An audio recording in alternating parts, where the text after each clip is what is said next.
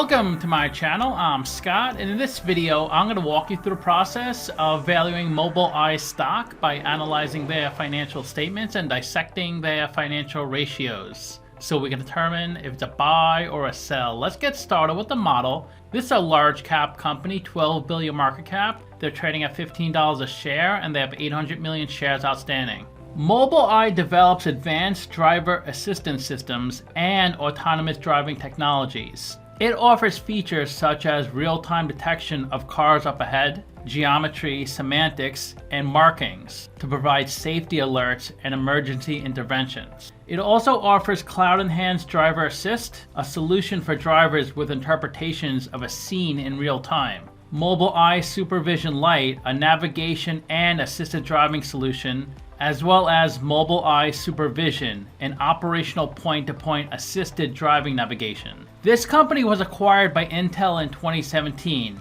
Then in 2022, Intel spun it off and it became a publicly traded entity once again. Let's take a look at their financials. The way you value a company is you estimate the free cash flows into the future and then you discount those numbers back to today's value. That's what we're doing in this video. And free cash flow is cash flow from operations minus capital expenditures. Free cash flow doesn't look so good. It goes down 5% from 21 to 22, down 32% into 2023, down 39% into the trailing 12 months. It's doing the opposite of what you want. Net income is the profit or loss on the income statement. It's revenue minus expenses. That's negative each year. The worst in the trailing 12 months, negative 224 million. Revenue is a sales for the company, and that grew from 21 to 22, 35%. It did grow 11% into 2023, but then regressed down 11% into the trailing 12 months. 1.8 billion of revenue. We estimated 4 years of future free cash flows. We also estimated the terminal value, which is all cash flows past year 4, that's 13 billion. We discounted those numbers back to today using the weighted average cost of capital. We get a value of the company of $11 billion. We divide that by 800 million shares. And we get a calculated stock price of $13. They're trading at $15, so they're trading at a 15% premium. It's a sell according to the model.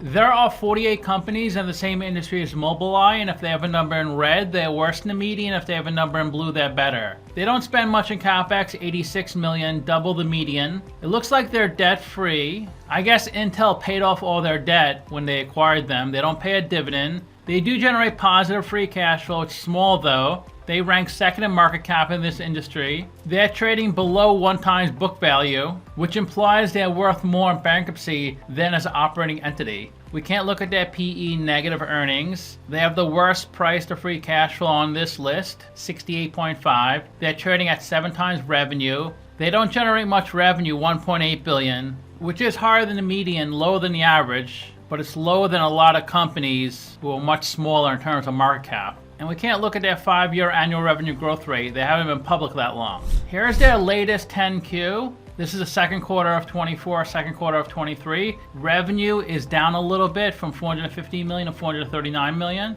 But for the trailing 6 months, revenue is even worse, from 900 million to under 700 million. Their cost of revenue is the same as last year, which is just a coincidence. So gross profit of 209 million, worse than last year. They spend more on R&D, which means they have negative operating income. Their shares have increased a little bit from 805 million to 806 million. So to summarize, I rank them 3 out of 10. Would I buy them? That's also 3 out of 10. Ratios 2 out of 10 because we can't look at their PE and their price of free cash flow is terrible. Financials 4 out of 10 because they do have positive free cash flow. So that's the only reason they're getting that high. Since 2021, their free cash flow has gone down 60%. Their revenue is up 33%, which is not much of an improvement over 3 years. So let me know what you think. Give the video a like, subscribe, or comment below. If you'd like to get a custom valuation or just support the channel, you can become a member by clicking the link in the description below. Thanks for watching.